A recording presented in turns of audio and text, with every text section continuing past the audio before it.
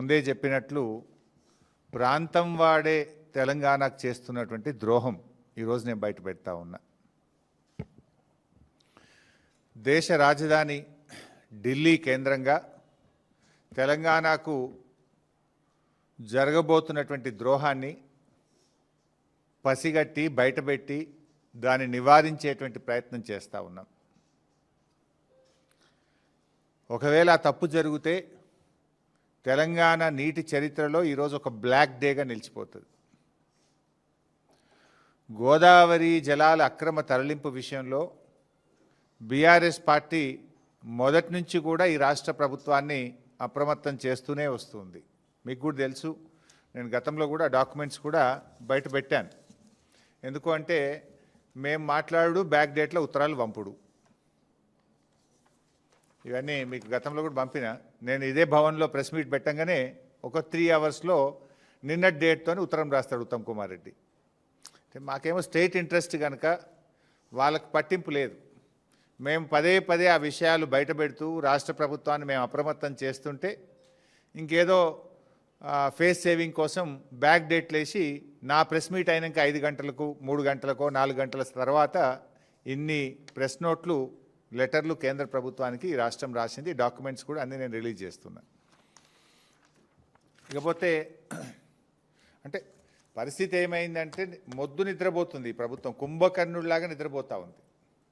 ముళ్ళుగట్టబట్టి పొడిస్తే తప్ప ఈ ప్రభుత్వం నిద్రలేస్తలేదు.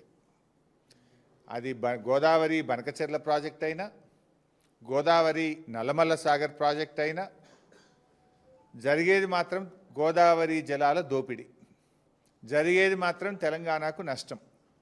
ప్రాజెక్టు పేరు మారింది తప్ప ఆంధ్రప్రదేశ్ జలదోపిడిని మాత్రం ఆపలేదు.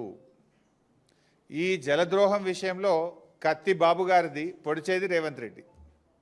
ఎందుకంటే కేసీఆర్ గారు చెప్పేటోళ్ళు కత్తి ఆంధ్రోళ్ళది, పొడిచేటోడు మనోడే ఉన్నాడు అన్నట్టు ఇవాళ ఈ గోదావరి జలద్రోహం విషయంలో కత్తి బాబు గారిది, పొడిచేటోడు రేవంత్ రెడ్డి గారు.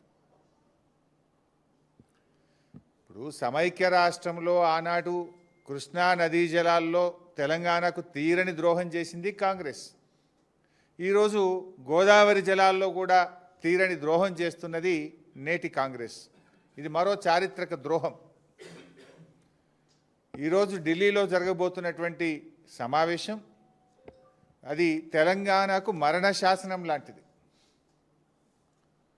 పోలవరం నల్లమల్ల సాగర్ విషయంలో మొదటి నుంచి కూడా రేవంత్ రెడ్డి గారి ప్రభుత్వం ఒక ప్లాన్డ్గా ఆంధ్రప్రదేశ్ ప్రభుత్వానికి సహకరిస్తూ వస్తుంది. ఇప్పుడు ఆ కుట్రల తీరు మీకు తెలియదేం కాదు.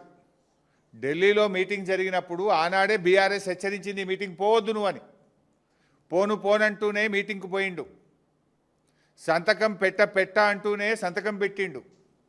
ఎజెండాలో లేదని బుకాయించిండు. కమిటీ వెయ్యను అన్నాడు, కమిటీ వేసిండు. సుప్రీంకోర్టులో కేసు ఏవయ్యా బాబు అని మేము ముళ్ళుగట్టబట్టి పొడిస్తే ఆంధ్రప్రదేశ్ గోదావరి నల్లమల్ల సాగర్కు టెండర్లు పూర్తయి అవార్డు ఇచ్చి కాంట్రాక్ట్ అగ్రిమెంట్ అయినాక సుప్రీంకోర్టులో కేసు వేసిండు. పోనీ వేసిన కేసన్న చక్కగేసిండా అంటే చెల్లని విరిట్టేసిండు, మళ్ళీ వాపసు తెచ్చుకున్నాడు. దానికి సూటు బూట్ వేసుకొని పోయిండు ఉత్తమ్ కుమార్ రెడ్డి సుప్రీంకోర్టుకు. చెల్లని విరిట్టేసి దాన్ని వాపసు తెచ్చిండు. ఇదంతా చూస్తే ఏమవుతుంది?